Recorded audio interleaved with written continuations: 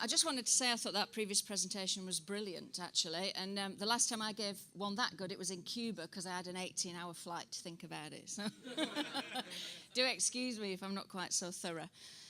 We are struggling to get my PowerPoint off here because of the Wi-Fi for some reason. So you'll have to excuse us while we fiddle.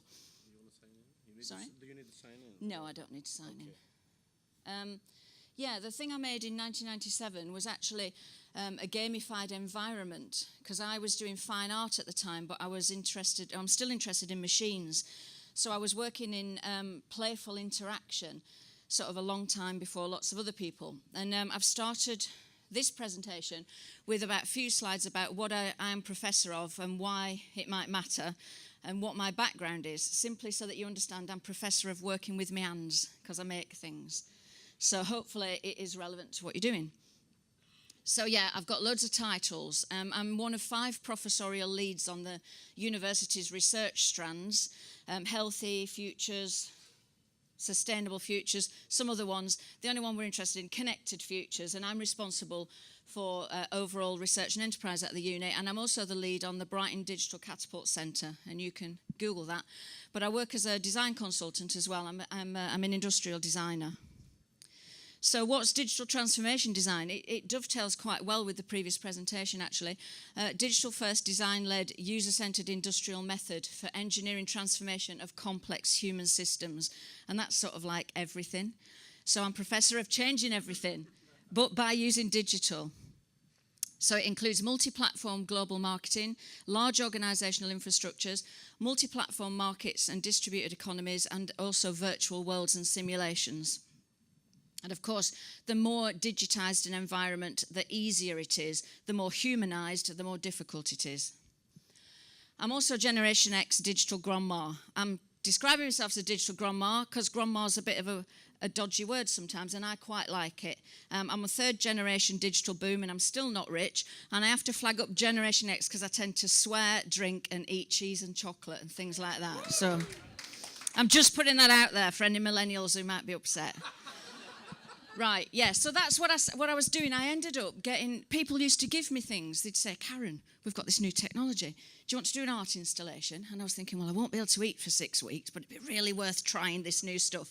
So I got my hands on a lot of stuff really early, and got to do a lot of experimentation. And still now I work on next generation. I'm interested in innovation. I'm interested in risk and failure and doing things that haven't been done before. My technical experience over 20-odd years is quite broad, all your usual suspects, but I've also worked a lot with sensor technologies, eye tracking, facial recognition, haptics, holography, and I do neuro technologies. In fact, I gave a presentation last week on neuromedia, which should be online, so I'll try and make that available about my research using EEG. I also have worked with machine learning for a long time, big data, automatic signal recognition, and cognitive and sentient systems and AI. So my research falls right into what you're worried about. Good job it's in my safe hands. Yeah.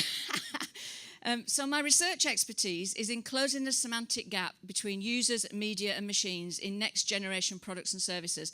So I work with human-centered design. I'm interested in affordance as an agency, emotional engagement, behaviour change and quantifying cultural capital, because what gives you traction in any context is what is meaningful to those people. And that changes from micro-communities to geographical locations to subcultures. People have their own cultural capital that you need to engage with in order to engender any sort of change. And that's a nice example of what a design affordance is. It's a handle on a door. Please don't gamify it. It wouldn't be fun. So I work with a lot of well-known practice-based methodologies, and this is what I wanted to touch on today. I use design thinking, agile development, gamification, and nudge, but I would never put myself out there as a gamification expert. So I'll just put that out up front before you eat me alive. So what I wanted to talk about today was commodification. We need to commodify things. We need to communicate them. We need to earn a living from them. We need to distribute them. We need to make them accessible to people. But often, the commodification of the model, seen recently in design thinking, agile and gamification, presents the method as a recipe for success rather than the art of the application. So I'm going to touch on how we model what we do and how we apply what we do. And it made me think of those like dance maps. I once went to some salsa evening. I'm not a salsa sort of girl, if you can't tell. But the guy made us count our way through the dance. And I thought, it's Friday night, I work in computing, I don't want to count. And I noticed I don't want to fucking count. I don't want to spend Friday evening counting. How is this dancing? So I thought about the practice of gamification, like medicine, like sport, like music. What we do is a practice, and we can model and communicate what we do. We can franchise it and sell it, but can those people dance? So this is about the application of our models. Ooh. And why my PowerPoint won't go to the next screen. Hang on. Okay. So, go on then. Do it. That's design thinking. And it's rolled out again and again and again in numbers of different contexts as a recipe for success. It's not a recipe for success. It's part of a practice that allows you to dig into things and think in a different way. What you then do with those findings makes the difference. So at the minute, something that I spent 7 years in education, 15 years in teaching other people, overall 30 years as a design practitioner. Currently, the internet's full of people saying that design's got nothing to do with what design thinking originally, they said, has nothing to do with what designers do. And now, design thinking is rubbish and it doesn't work. So my discipline has been commodified, sold, distributed, adopted, bastardized and trashed in about 18 months. Okay, thanks. So there's something really important here. It's all Gartner hype cycle stuff, isn't it? But at the end of the day, we're left in the detritus of saying, well, I do design thinking, but it's not that one with capital letters. And trying to reconnect the value of our practice with the way it's been commodified. Another one. Oh, everybody's lean and agile. No, you're not. It's a methodology, and it's a methodology for building bloody software. Building software is really hard and really complex. I know I do it. We need to do it like this because it's hard and it's complex. Stop nicking my words. You're not lean and agile. It's a thing. It's not a thing. It's got attributes. It's measurable. So, this is what worries me. This is what worries me. Yeah, we're design thinkers. We're lean and agile. We've gamified it all. Right, well, let's go home. It's really important that we hold on to some authentic practice and values inside these terminologies so that we can distribute our practice, so that we remain employable after we've gone out of fashion. So, here's a little bit of an inference. And I must say, Pete did encourage me on this one. So let's just say I market gamification as a series of coloured hats. And if I wear the blue hat, I'll be able to empathise. If I wear the yellow hat, I'll be able to define, and so on and so forth. In fact, it's nonlinear. I could wear all the fucking hats and do it all in any order, and all the problems would be solved. And I could go home. I've done it. Lean, agile, design thinking, gamified change. No, you haven't. And it's back to the previous speaker. The change that's required is systemic. So what are we nudging by using design mechanics? What changes are we looking for? And in my practice, I start with the behavioural outcomes, the neurological and social changes that we're looking to engender, and then I backcast to how we're going to do it, and I have to migrate legacies. And some of them are technical, some of them are methodological, some of them are policy-based, a lot of them are heuristic, human traction, culture, elements of culture. So if we gamify gamification, we start just looking like an ideology in our own rights, and we nudge people into gamifying as an end in itself for no real reason, and we bankrupt our practice. What size are those cups? They're small, medium, and fucking large. What is the point? I will not learn your terminology. We have terminology for small, medium, and large. Why does this matter? Why does it matter that small, medium, and large is still small, medium, and large? Because things like this go on. Everyone's having a hackathon. You're not having a hackathon unless you're writing code. A hackathon is a quick way of solving problems and building a technical outcome. Sitting around brainstorming and sticking post-it notes on a wall is not a hackathon. It's a brainstorm. So it isn't supposed to be a rant. It's supposed to be a little bit of like...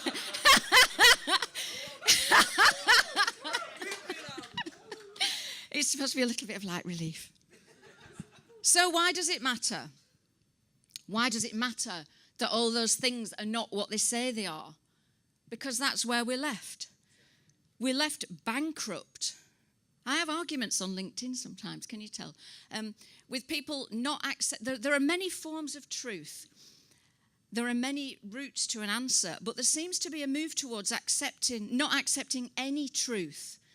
As if, we were talking about the origins of design thinking, actually. One of the Bauhaus, because of the rise of Hitler, got on a boat, went to the US and started teaching in the US universities. There's a record of him having a ticket. That's how design thinking came out of IDEO. You can track the bloody physical movement of the person. It doesn't mean it's an absolute truth. It means it's a truth. There are some things that are actually probably relatively true. So a word cannot mean whatever we choose it to mean. Why are we in a situation where the President of the United States is bullshitting about his exposure? We've all talked up our CVs a little, but how did we get here? You thought she was negative. I've only just begun. Hold on. So, to put some academic value into this, this was addressed quite well by a load of French philosophers, critical theorists in the 70s and 80s. One of them worked a lot on the notion of simulacra and came up with definitions of how we represent things. So the successive phases of the image, according to Jean Baudrillard, is that the first one is a reflection of a basic reality in some form or another, a physical reality. There's an element of actual truth to our world. The second degree of an image is that it masks and perverts a basic reality. So I can say it's not actually a table, it's a boat. But, if I turn it upside down, there's a chance it might be a boat. Number 3, the image masks an absence of a basic reality. There's no table there. I'm just doing a simulation of an acoustic. Or the fourth one, it bears no relation to reality whatsoever. It's a pure simulacrum. Now, I'm going to leave that there because it's not necessarily relevant, but there's a theoretical basis to the notion of representation. And because I deal with the transformation of human-centered systems, what's valuable and what needs to be modeled in terms of knowledge representation is core to what I do, which is why I'm so narky about it. So there's a big argument in critical theory and in design about things like representation, authenticity, and value. So I wanted to pull out some phrases that I garnered, and I wanted to sort of point out that they're not accurate. I want to push us towards accuracy and provenance and quality and resonance, and that will give us longevity. So gamification is design that places the most emphasis on human motivation. It isn't. There's a history of advertising in print in England that goes back to 1648. So a lot of what we're doing today can be seen in Green Shield stamps of the 70s. You know this, about marketing and motivational exercises. So let's anchor ourselves in that trajectory. Yes, we're new, but let's anchor ourselves in history. Let's have some solid feet on the ground. Scarcity to value ratio is a core game mechanic, and it's, as I said, it's been used through advertising and marketing and various other socio-political contexts for a long time.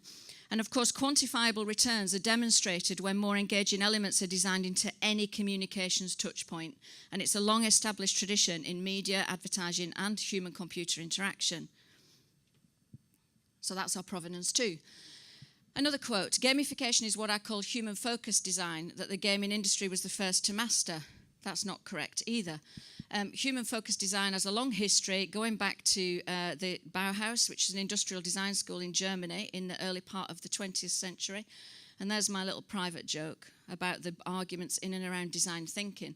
So I'm arguing the case, really, for us to acknowledge a provenance. Wherever you've come from and however you've got there, there are roots to what you're doing and where it's come from before. And I think that gives us weight. And it saves us from the dad dancing. Another quote from a gamification website. The gamification is opposed to pure efficiency in function-focused design. Most systems are designed to get the job done quickly. That's not correct. In HCI, the notion of looking at performativity and function was really, really big in the 70s and the 80s. And it was we recognized that we were moving on from task efficiency by about 1986. So again, there's a history in HCI that's important. And in UX, which is where HCIs converge with user-centered design and marketing to give us UXD. And we already design for persuasion, emotion, and trust inside UXD, and gamification, or the addition of motivational, playful elements, is one of the mechanics that we sometimes use in designing for persuasion, emotion, and trust in UXD. So, here's my stake on the table. Gamification is a design mechanic. It's the implementation of game-style incentivization mechanics, such as motivation, jeopardy, and reward into non-game environments, such as business and services, in order to increase engagement or performance, often as part of user experience, customer experience, or employee experience. And I'm comfortable with that, and I don't need to mystify it or color-code it or give it extra names that obfuscate what it is we're actually doing. What we're doing is good enough. It's in the application that this is going to really matter. Ooh. I don't know why that button keeps going dead. Okay, so again, some provenance. For Hugh Ingo in 1936, he argued that play was the origin of all human culture, and that play enslaves us in competition, as human consciousness is a gamified system in and of itself, which I think the balloon building exercise demonstrated. And that is a scan of my brain, and I'm sorry it's not animated, because they only give you MRI scans in slices, and I've yet to turn it into a movie. But that's me playing it. This is a great job in it. I don't get paid much, but I have a lot of fun. It's a scan of my brain whilst I'm playing a computer game in an MRI scanner. Now that's an experience. I didn't play very well, and it was noisy, but it was just a bit like a 90s rave when we were messing with brain helmets and very large sound systems. So I would motion that consciousness human consciousness is a gamified system. The way we experience our being, that we have an instinct to play, and there's a natural gamification in that. I would argue that we're already in an extrinsic, massive multiplayer online role-play game. I'll leave that one hanging. And that in gamifying capitalism, which is just the will to faster, louder, we are potentially engendering sociopathy. I'm not an expert on that, but I wrote a book chapter with a guy who is, and I shall flag that up in a second. So anyway, not suggesting that either of those two are sociopaths or anything. And whilst I was doing research for this paper, the thing I was trying to look at disappeared, and up popped an advert for Dopamine. Do you need help designing your next gamification initiative? Get in touch. I know how to jack dopamine. I know how to make systems addictive. I know how to make systems engaging, persuasive, coercive, and addictive. And I can demonstrate from biometric insights, including EEG, that gives insight into neuro responses, when something tips over from being coercive to addictive. So there's a lot, and I'm not the only one doing this, so there's a lot of research going on into neurotechnologies and into machine learning and emotion recognition, and we will have a Data Protection Act for emotion. We will not be cascading into a load of sociopathic dopamine addiction sort of culture, because it would be shit. So I would like to propose that we approach an ethical gamified engineering of behaviours for large organisations by linking the employee experience to the customer experience to the shareholder experience in a feedback loop. So we construct it within the corporate values. If your slogan is every little helps or something, you cannot be jacking your employees into nervous states of dopamine addiction in order to sell more shit, because it's unethical. So the more that we do this, the more we can quantify and compare what your corporation says it is and what it actually is, might have to match up a bit. And I'm working, as ever, on human-machine symbiosis. I already work with singularities, which is, I've said it's a theoretical event horizon. That's from an old paper. It's not theoretical. It's a point of no return, really, between the symbiotic relationship between people and machines.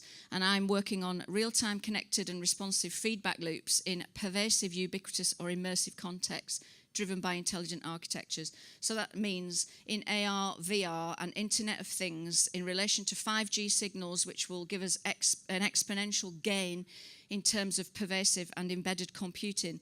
I'm already working on how we get meaningful and ethical user behaviours out of that interaction. So, don't buy it because it's 185 quid. But if you Google me, you'll probably find an upload of the paper on academia or research. I had the honour of working with Steve Webley, who is an expert in the military-industrial complex, fantasy and battlefield trauma, which he relates to everyday human behaviour in civilian contexts. It's very wordy. And I also am an expert on quantifying value mechanics to make sure that we transform what is important. Sometimes what is important is in line with the corporate aims, and sometimes it isn't, but you won't get the onboarding, you won't get the behaviour change, you will not get the investment from your staff unless you account for what's important to them too. So that's me. Please do connect to me on LinkedIn. I would really like to have spent more time with everybody, but I think, as I said, I work for a university, which leaves me very little time indeed. Is that okay? Too short? Questions? No. Little dance?